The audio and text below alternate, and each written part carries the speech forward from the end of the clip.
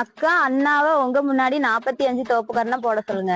என்னப்பா இது இப்படி லாக் பண்ணி விட்டீங்க? அக்காவுக்கு ஒரு கஷ்டமான டாஸ்க் கொடுக்கவே மாட்டேங்க, எனக்கு மட்டுமே கொடுத்துட்டு இருக்கீங்க. 45 தோப்புக்கரணம் இவனால போட முடியாது. எத்தனை போடுறான்னு பாப்போம்.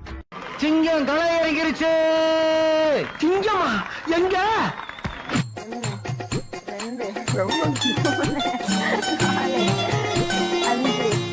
5, 6, 7, 8, 10.